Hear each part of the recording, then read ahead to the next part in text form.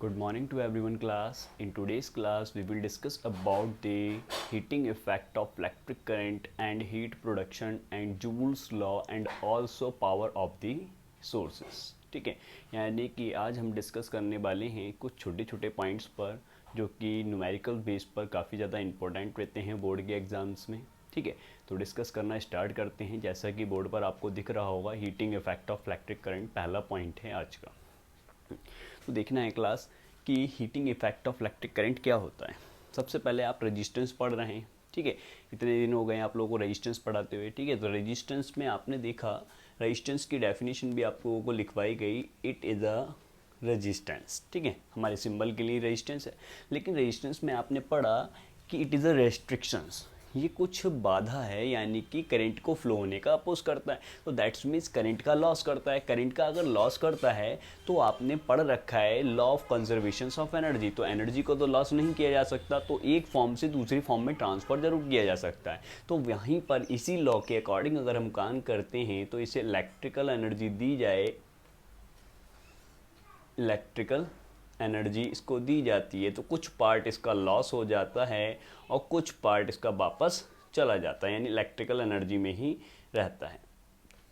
ये जो लॉस हुआ हुआ पार्ट है यही किसके फॉर्म में, हीट की फॉर्म में प्रोड्यूस हो जाता है. This phenomenon is called heating effect of electric current. Just we have ऐसे ही डेफिनेशंस को यहाँ पर मेंशन किया गया है. देखिएगा, the phenomenons of the productions of the heat in a resistor, किसी भी रजिस्टर्स में हीट का प्रोडक्शन होना by the throw of the current through its. ठीक है, यानी इसमें से करंट पास होने पर, यानी रजिस्टर्स में से करंट पास होने पर जो भी हीट का प्रोडक्शन होता है, that phenomenon is called heating effect of electric current. Is that clear और नॉट? दैट्स हेडिंग बनाया है, हेडिंग को आप अपने आप कंप्लीट कर लीजिएगा. बात करते हैं कंसीडर ए कंडक्टर. ये भी हमने एक भी कंसीडर किया है. कंडक्टर रजिस्टर, इसका रेजिस्टेंस आर है. Let V potential difference is applied on its terminal. इसके टर्मिनल पर वी पोटेंशियल अप्लाई किया जाता है. ठीक है, अब बात करते हैं हीट प्रोड्यूस होगी ना. तो हीट प्रोड्यूस होगी तो यहाँ पर पोटेंशियल एनर्जी और यहाँ पर पोटेंशियल एनर्जी, दोनों में डिफरेंस निकाल दीजिएगा आप. ठीक है कि नहीं, यानी कि यहाँ पर पोटेंशियल एनर्जी में से इसमें से, यानी कि जो भी डिफरेंस आया होगा इन दोनों टर्मिनल पर, वही उतनी ही एनर्जी लॉस हुई होगी. कहने का मतलब यहाँ पर एनर्जी में से इसको एनर्जी को माइनस किया जाए. Potential energy at V minus potential energy at A. तो वी क्यू होता है potential energy, V into Q. तो वी इंटू क्यू हमारे पास कितना है, वी वी है इस पॉइंट पर, इस पर वी ए है. तो दैट्स वाई वी कॉमन है, क्यू कॉमन आ गया, इतना बचा. That is the potential difference is a V. तो देन वी के इक्वल इसको यहीं छोड़ देंगे, आप लिखेंगे but I is equal to Q upon T होता है करंट की डेफिनेशन से. तो क्यू की वैल्यू आई टी हो जाएगी, तो क्यू की वैल्यू रख दीजिएगा आई टी. तो H is equal to V I T is the formula of heat productions. ठीक है, लेकिन ये किस में है, जूल में है. अगर आपको इसे कैलोरी में एक्सचेंज करना है तो H is equal to V I T upon 4.2 calorie, बस इतना छोड़ दीजिएगा.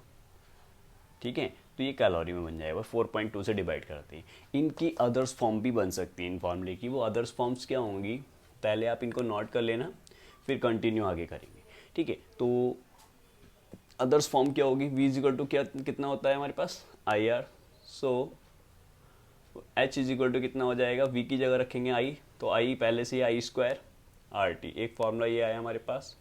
अब की बार आई की वैल्यू रख दीजिएगा, कितनी हो जाएगी, वी अपॉन आर. तो H is equal to V square T upon R. एक फॉर्मूला ये भी हो सकता है हमारे पास. ठीक है कि नहीं, pause the video and note it down.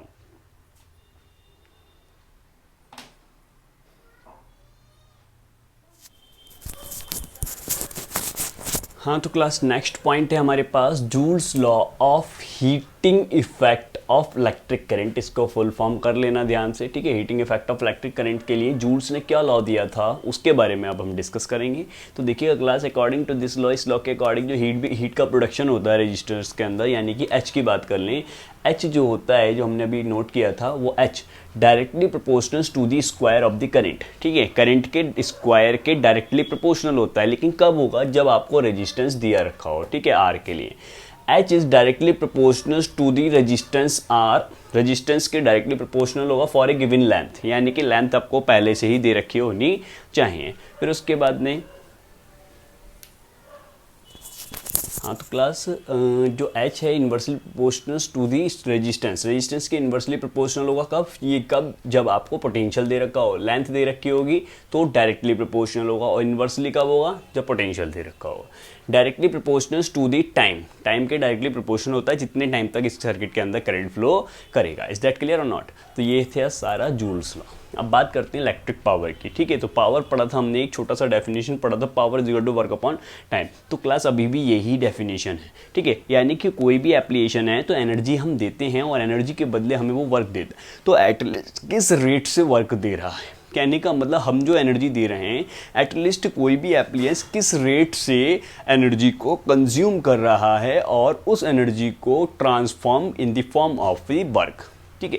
तो हमने लिखा है the rate at which an appliances convert electric energy, यानी इलेक्ट्रिक एनर्जी को कन्वर्ट करेगा इनटू द अदर फॉर्म्स। वो कोई सी फॉर्म्स हो सकती है, हीटिंग इफेक्ट हो सकती है, लाइट एनर्जी हो सकती है, हीट एनर्जी हो सकती है, साउंड एनर्जी हो सकती है, ETCT कुछ भी हो सकता है। Forms of the energy is called electric power of this appliances, यानी इस एप्लीकेंस की इलेक्ट्रिक पावर बन जाएगी जिस रेट से एनर्जी को ये कन्वर्ट करेगा या फिर खर्च करेगा, उसको हम पावर बोलेंगे, ठीक है। अब हमने माना का एक सर्किट में आई करंट फ्लो करती है through a circuit for a time t, then the work dones और कंज्यूम एनर्जी, या तो वर्क डन पड़ेगा या फिर कंज्यूम एनर्जी। तो W is equal to V Q हो जाएगा, पोटेंशियल की definition V is equal to W upon Q, तो W is equal to V Q. तो W is equal to V की जगह Q की वैल्यू रखिएगा IT, तो W is equal to VIT। यहीं पे छोड़ दिया क्वेश्चन नंबर 1, पावर की डेफिनेशन लगा दी, power is equal to work upon time. तो पावर को P से इंडिकेट किया, वर्क कितना है VIT रख दिया, नीचे टाइम T है, T से T कैंसिल, पावर आ गई हमारे पास VI। इज दैट क्लियर और not? If this is a clear, pause video and note it down. If anyone have any questions then you can comment on the comment box. और class comment करते रहा करिए और हमारे चैनल को like भी करिए, मतलब वीडियो को लाइक करते रहिए, ठीक है, ताकि हमें मोटिवेशन मिलता रहे।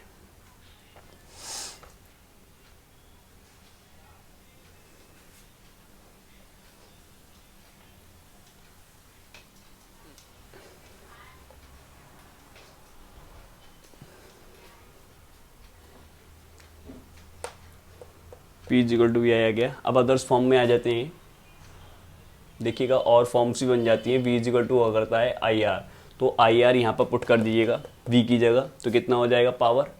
P is equal to I पहले से ही है I स्क्वायर, R भी हो जाएगा एक फॉर्मूला। अब की बार V की वैल्यू रख दीजिएगा, P की तो रख दिया, I की वैल्यू रख दीजिएगा, तो हो जाएगा B स्क्वायर अपॉन R।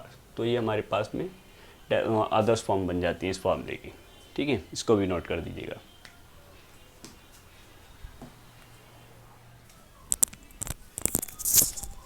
एक छोटा सा कॉन्सेप्ट क्लास और बचता है, उसको भी कंप्लीट कर लेते हैं। Power consumed by the appliances in the series. देखिएगा कुछ क्वेश्चंस आते हैं, जैसे कि बल्ब्स को कुछ सीरीज में लगा देता है, कुछ पैरेलल में, वो कहता है कि नेट पावर कितनी होगी, तो उसके लिए हम आपको फॉर्मूला करा रहे हैं। Power consumed by the appliances in the series, अगर सीरीज में लगाए गए हैं और सेम वोल्टेज के हैं, ठीक है, सेम वोल्टेज के बल्ब है हमारे पास और सीरीज में लगाए गए हैं, तो हमने यहाँ पर नोट किया है R1 R2 R3 तीन बल्ब हैं हमारे पास में, रेजिस्टेंस है इनके, और पहले वाले की पावर P1 है, दूसरे की पावर P2 है, तीसरे की पावर P3 है, ठीक है, और वोल्टेज सबके लिए कैसे हैं, सेम है। तब उस कंडीशन में इक्विवेलेंट पावर कितनी आती है, equivalent power of the circuit is a reciprocals of the equivalent power of the circuit is equal to the sum of the individual power of the appliance। is that clear or not?